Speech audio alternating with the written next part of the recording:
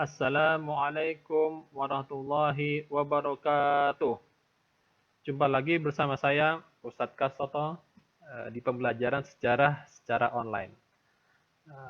Bagi yang belum kenal Ustadz Kastoto bisa mengunjungi akun Instagramnya Ustadz Kastoto di Kastoto_Solo. Pada pertemuan kali ini kita akan membahas suatu materi yang penting, materi yang jarang dibahas oleh guru-guru sejarah. Padahal ini materi penting ya. Biasanya di skip ya, karena ada beberapa alasan ya. Karena ada beberapa hal yang disembunyikan dari materi pelajaran kita kali ini. Ya.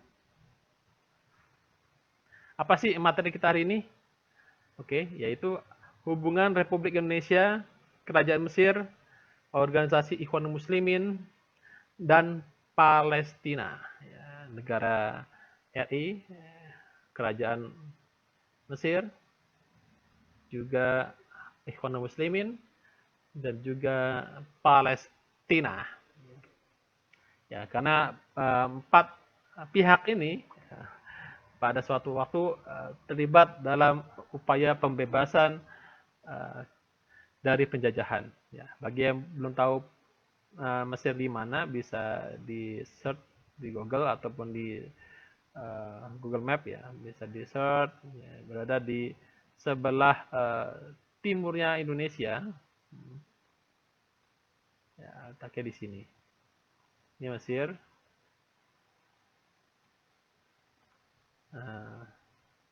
Kemudian ya, ini Palestina. Palestina nggak ada ya di Google Map, nggak ada, adanya Israel. Karena Palestina sudah dihapus ya, sudah dicabut dari Google. Yang adanya Israel. Karena Palestina adalah bagian dari wilayahnya Israel. Kini. Seperti itu. Ya, seperti ini Mesir. Kemudian ada juga di sini Gunung Sinai ya, perbatasan antara Mesir dengan Israel adalah di Sinai. Sinai itu sekarang wilayah masuknya Mesir. Nah, gitu. Ya, bagi yang belum tahu Ikhwanul Muslimin bisa cek juga di Wikipedia di namanya Muslim Brotherhood. Ya, bisa dicek. Ini merupakan organisasi yang terlarang yang banyak di backlist oleh beberapa negara. Nah, bagaimana keterlibatannya nanti kita bahas di pembelajaran kita.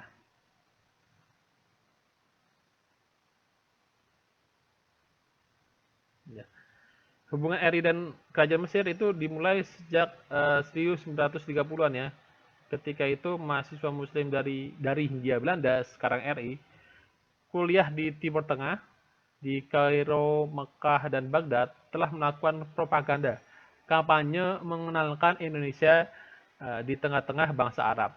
Ya, jadi sudah dimulai ya, pada masa pergerakan ketika itu sedang hangat-hangatnya nuansa untuk membebaskan dari cengkeraman penjajah. Ya, bisa dicek juga di beberapa referensi. Kemudian setelah proklamasi Republik Indonesia, Perkumpulan Kemerdekaan Indonesia dibentuk di Kairo untuk menggalang dukungan dari sesama mahasiswa Indonesia dan para tokoh di Mesir. Saya kasih kutip Indonesia karena ketika itu Indonesia belum berbentuk negara. Ya. Ini adalah buku yang saya maksud adalah buku Diplomasi Revolusi uh, di luar negeri ya. Diplomasi Revolusi Indonesia di luar negeri yang disusun oleh Muhammad Zain Hasan Lisens. Beliau adalah seorang penulis juga pelaku sejarah yang terlibat dalam proses pengakuan kedaulatan Republik Indonesia yang ada di Kairo. Gitu.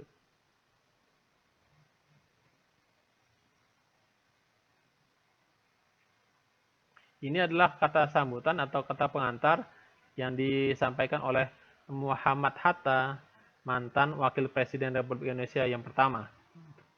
Bisa dibayangkan bahwasanya buku ini penting ya. Ada tangan Muhammad Hatta pula di sini. Juga ada nanti kita lihat ada pengesahan juga dari Kementerian Luar Negeri. Ya, ini adalah pengesahan bahwasanya buku ini layak untuk dijadikan referensi karena sudah mendapatkan sambutan ataupun penilaian dari Kementerian Luar Negeri. Di sini Menteri Luar Negerinya adalah Adam Malik.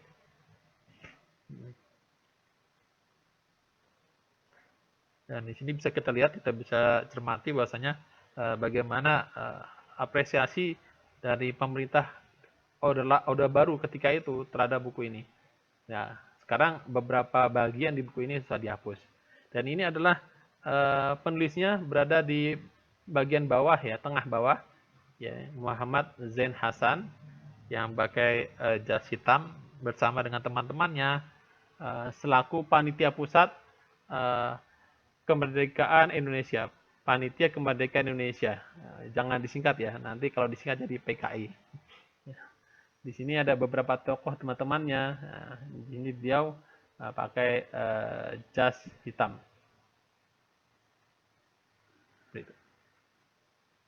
Dan ini merupakan para pelajar Muslim yang kuliah di sana. Jadi kan nggak cuma kuliah, tapi juga membantu perjuangan Indonesia.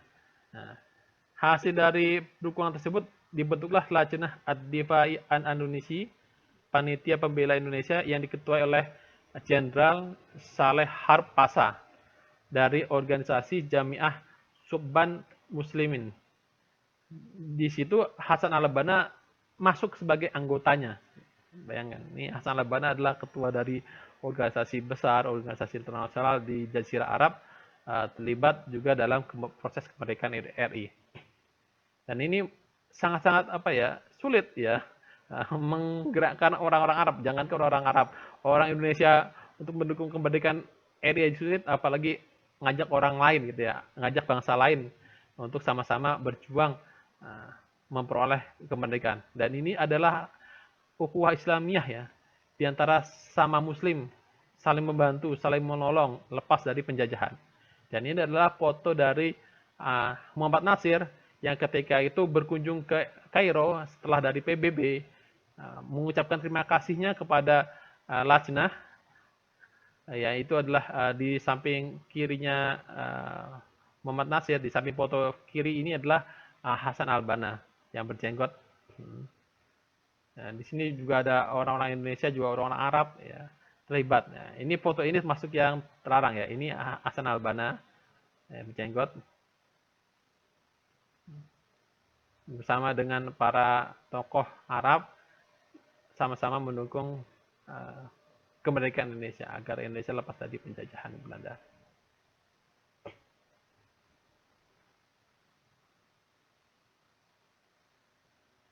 Dan ini proses ini sangat-sangat sulit ya, bagaimana menembus blokade dari Belanda. Ketika itu negara kita adalah negara pemberontak dulu. Kemudian pada tanggal 15 Maret 1947, seorang konsul Mesir yang berkantor di Mumbai, India, yang namanya Syekh Abdul Mun'im, datang ke Jogja untuk menyampaikan pesan dukungan atas proklamasi Republik Indonesia yang berasal dari Kerajaan Mesir dan juga Liga Arab atau LA kita singkat di sini. Ya, bagi yang belum tahu bisa cek di Google Abdul Mun'im Yogyakarta 1947.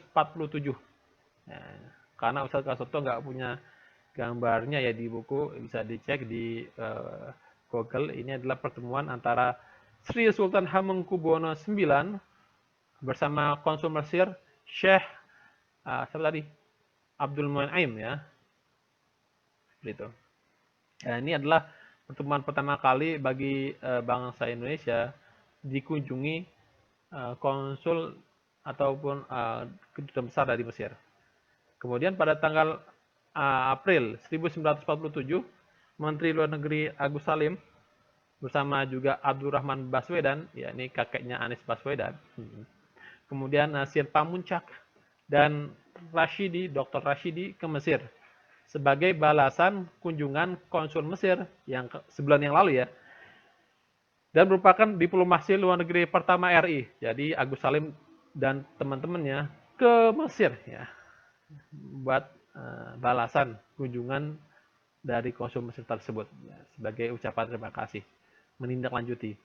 Selama di Mesir, Agus Salim atas nama RI mengadakan perjanjian persahabatan dengan Perdana Menteri Nukrosi Pasha atas nama Kerajaan Mesir. Perjanjian ini merupakan diplomasi pertama RI dan sekaligus pengakuan kedaulatan RI yang pertama. Dengan demikian, RI dapat mengadakan perjanjian dengan Belanda, ya, dan mulai dari perjanjian Linggarjati sampai konferensi meja bundar. Ya. Jadi kalau nggak ada perjanjian RI dengan Mesir ini, ya sulit untuk mengadakan perjanjian Linggarjati dan sebagainya.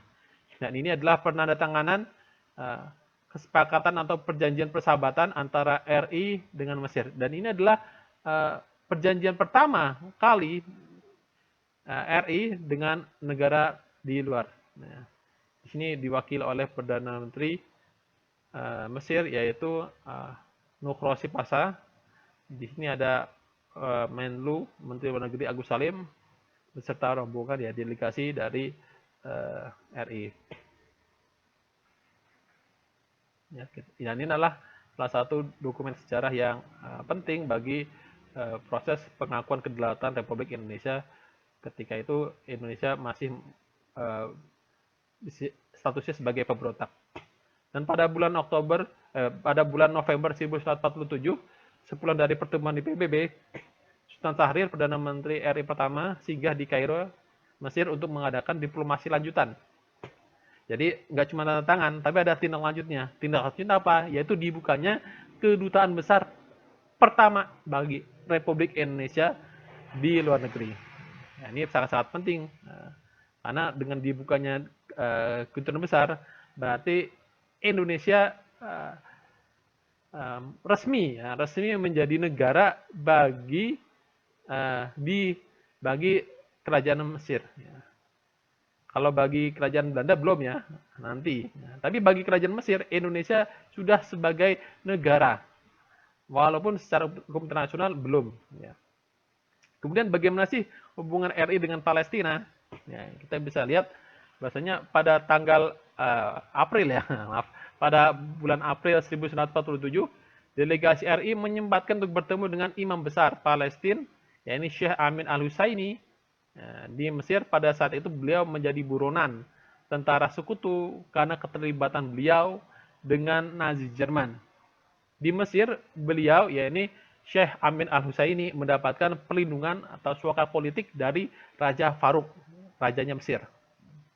Dan siapa sih ini Syekh Amin Al-Husaini? Nah, beliau ini merupakan seorang yang sangat-sangat berpengaruh di Jazirah Arab, sehingga beliau memutuskan untuk mendukung Nazi Jerman. Kenapa mendukung Nazi Jerman? Nanti kita akan jelaskan. Nah, ini adalah video tentang Amin Al-Husaini, bisa dicek di YouTube ya. Ini videonya terlarang ya. Video ini mungkin tidak layak untuk pengguna tertentu. Nah, tapi kita lanjutkan aja. Klik. Ya, bagi antum yang mau coba-coba lihat di Google ataupun di YouTube bisa cek bagaimana ini adalah reka ulang ya. Ya, reka ulang pertemuan antara Syekh Amin Al-Husaini dengan pemerintahan Nazi Jerman.